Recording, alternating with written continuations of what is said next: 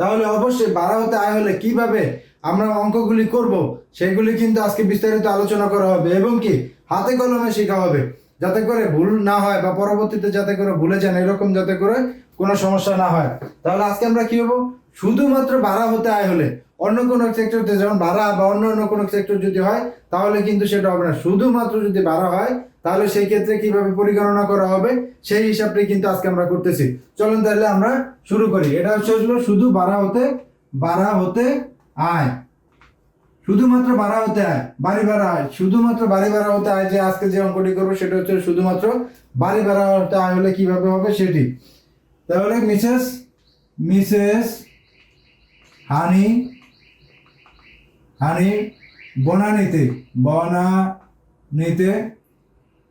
চারতলা একটি বাড়ির মালিক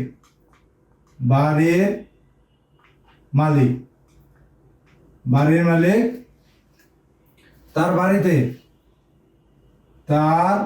বাড়িতে মোট ফ্ল্যাট আছে 8টি।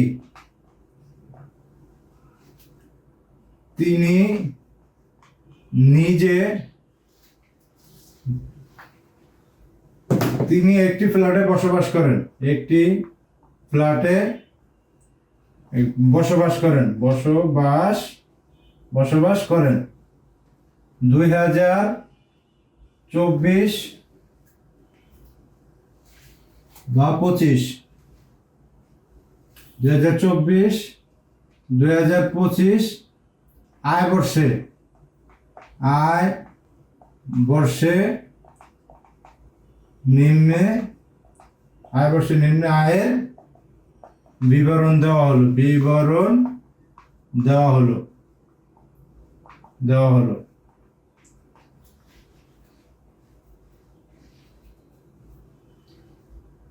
তিনি প্রতি ফ্ল্যাটের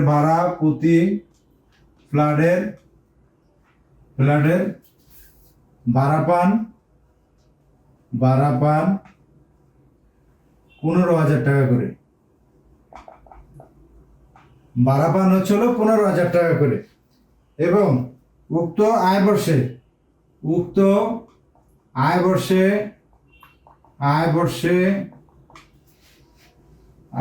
তিনি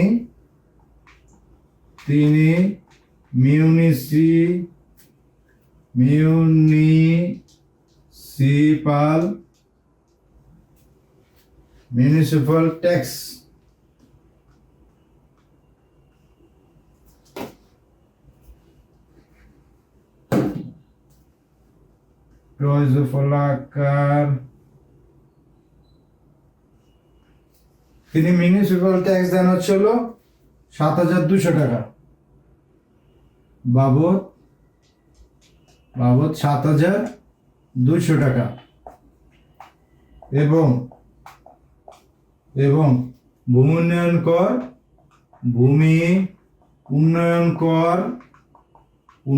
কর দেন 1,500 টাকা।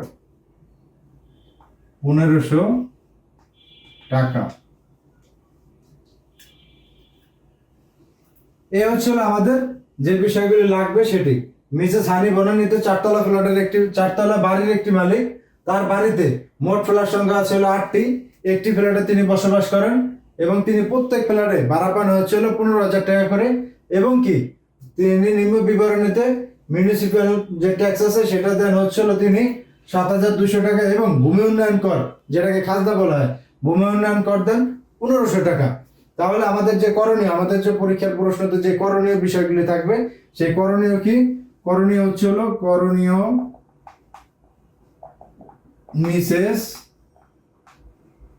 মিসেস হানি 2000, এটা যেহেতু আমার আছে কি 2024-25, তাহলে যেহেতু এটা আয় বর্ষ তাহলে আমার পরেরটা কি হবে? কর বর্ষ। এটা আমরা কিন্তু সকলেই জানি 2025-26 কর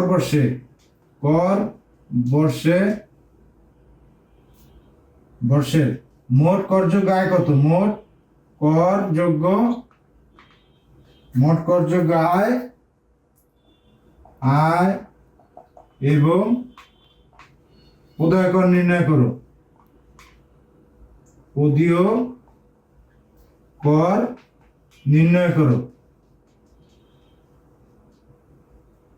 এই হচ্ছিল আমাদের প্রশ্ন।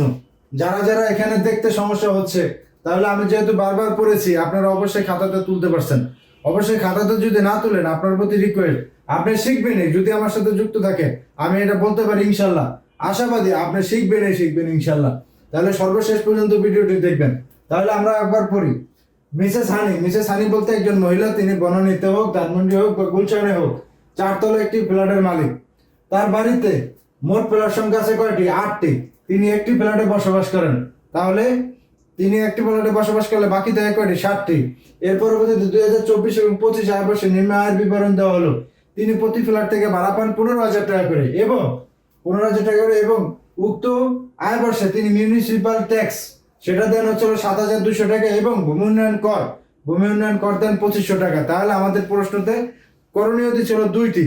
একটি হচ্ছিল তার মোট করযোগ্য আয় নির্ণয় করতে বলছে, মোট করযোগ্য আয় কত সেটি নির্ণয় করতে বলছে। আরেকটা হচ্ছিল পদীয় কর, যে তার জন্য নিট কর, সরকারকে তিনি কয় টাকা কর দিবেন সেই বিষয়টাকে আমাদেরকে বের করতে বলছে। তাহলে আমরা এখান থেকে যে ঘটনাটি আছে সেটি আমরা বোঝার চেষ্টা করি। মিস্টার হানি 8টি ফ্ল্যাটের মধ্যে, যেহেতু 8টি ফ্ল্যাট আছে, তিনি বসবাস করেন একটিতে, তাহলে বাকি থাকে আমাদের কয়টি? বাকি থাকে হচ্ছিল আমাদের 7টি ফ্ল্যাট। কয়টি ফ্ল্যাট বাকি থাকে? 7টি। তাহলে এখানে দেখেন 2024 এবং 25 আয় বর্ষে নিম্ন আয়ের বিবরণ বলতে 2024 এবং 2025 আয় বর্ষে 12 মাসে তিনি ভাড়া পেয়েছেন। কোনো মাসে কি হয় নাই, তার কোনো গ্যাপ নেই, 12 মাসের ভাড়াই তিনি পেয়েছেন। 12 মাসের ভাড়া কি পেলেন? কিন্তু যদি এরকম হতো তাহলে কিন্তু আমাদের প্রশ্নতে দেওয়া থাকতো যে তিনি 12 মাসের মধ্যে এই 7টি ফ্ল্যাটের মধ্যে তিনি 3টি খালি ছিল বা এরকম কোনো ঘটনা ঘটেনি, বা ওইখানে ভাড়াটিয়া উঠেনি, এরকম কিন্তু পরীক্ষার প্রশ্নতে কিন্তু দেওয়া নাই। তাহলে আমরা কি ধরে নিব যে তিনি 12 মাসে 7টি ফ্ল্যাটের 12 মাসেই তিনি ভাড়া পেয়েছেন, কোনো মাসেই কোনো ভাড়াটিয়া বা কোনো খালি ছিল না।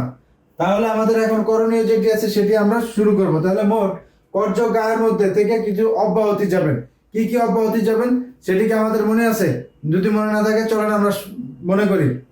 যদি কোনো আবাসিক হয়, যদি কোনো বাড়ি আবাসিক হয়, তাহলে মিসেস হানি বনানীতে 4 তলা যে বাড়ির মালিক, যেহেতু এখানে 8টি ফ্ল্যাট উল্লেখ করা হয়েছে, তাহলে আমরা এটা ধরে নিব যে এটা আবাসিক, এটা কোনোভাবে বাণিজ্যিক না। তাহলে যদি আবাসিক হয় তাহলে এখান থেকে কর রেয়াত যাবে কতটুকু? অনুমোদিত বিয়োজন বলতে বাদ যাবে কতটুকু? বাদ যাবে হচ্ছিল, যদি আবাসিক হয় তাহলে যাবে মেরামতের 25%, যা আয় হইব তার 25% কিন্তু মেরামত বাবদ বাদ যাবে। আর যদি কোনো বাণিজ্যিক হতো, তাহলে বাণিজ্যিক হলে যেটাই পাইতো তার 30%। তাহলে যেহেতু আমাদের এটা বাণিজ্যিক নয়, এটা আবাসিক, তাহলে অবশ্যই আমরা কত পাবো? অবশ্যই আমরা এই মিসেস হানির জন্য 25% বিয়োজন পাবো। তাহলে আমরা 25% বিয়োজন পেলাম। এর পরবর্তীতে আবার কি আছেন এখানে দেখেন, তিনি বাবদ 7,200 টাকা। এই যে 7,200 টাকা এখানে কিন্তু 8টি ফ্ল্যাটের মধ্যে দেওয়া আছে 7,200 টাকা। তাহলে তিনি যেটাতে ছিলেন সেটাতে তো তার কোনো আয় নাই। যদি তার আয় না থাকে তাহলে কিন্তু তিনি কর দিবেন না, এটাই কিন্তু নিয়ম। যেখানে আয় নাই সেখানে কিন্তু কোনো ব্যয় নাই। সরকার কিন্তু জোরপূর্বক ভাবে আপনার কাছ থেকে বা এনবিআর কিন্তু আপনার কাছ থেকে জোরপূর্বক কোনো কিছুই করে না। যে আইন আছে, বিদ্যমান যে আইন আছে, সে আইনের মাধ্যমে যেটি হবে সেটি কিন্তু কার্যকর করা হবে, জোরপূর্বক কিন্তু কিছু করা হবে না। এখন দেখেন যেটি ছাড় পাবেন, সেই ছাড় পাওয়ার যে বিষয়টা আছে, এখানে কিন্তু বিয়োজনের ক্ষেত্রে এই 7,200 টাকার মধ্যে কিন্তু 8টি ফ্ল্যাটেরটি দেওয়া আছে। এর পরবর্তীতে যেটি আছে ভূমি উন্নয়ন কর কিন্তু এর মধ্যে কিন্তু 8টি ফ্ল্যাটে গণনা করা আছে। তাহলে তিনি যে করগুলি দিলেন সেই করগুলি কিন্তু বিয়োজন যাবেন। তাহলে আমরা চলেন অঙ্কটি সমাধান করার চেষ্টা করি। যদি আমি এটি ধরি 10 নং প্রশ্নের উত্তর, 10 নং প্রশ্ন, তাহলে আমরা এখান থেকে লিখব, প্রথম আমরা মোট করযোগ্য আয় যেটি আছে সেটি বের করব। মোট করযোগ্য আয় বের করার পর আমরা পরবর্তীতে প্রদায় কর নির্ণয় করব। তাহলে আমি এটা লিখবো কি 1 নং প্রশ্ন বা 10 নং প্রশ্ন যাই হোক, আমি লিখলাম 10 নং প্রশ্নের উত্তর, 10 নং প্রশ্নের উত্তর। প্রশ্নের উত্তর। যদি আপনারা কেউ না বুঝে থাকেন, অবশ্যই আপনাদেরকে অনুরোধ থাকবে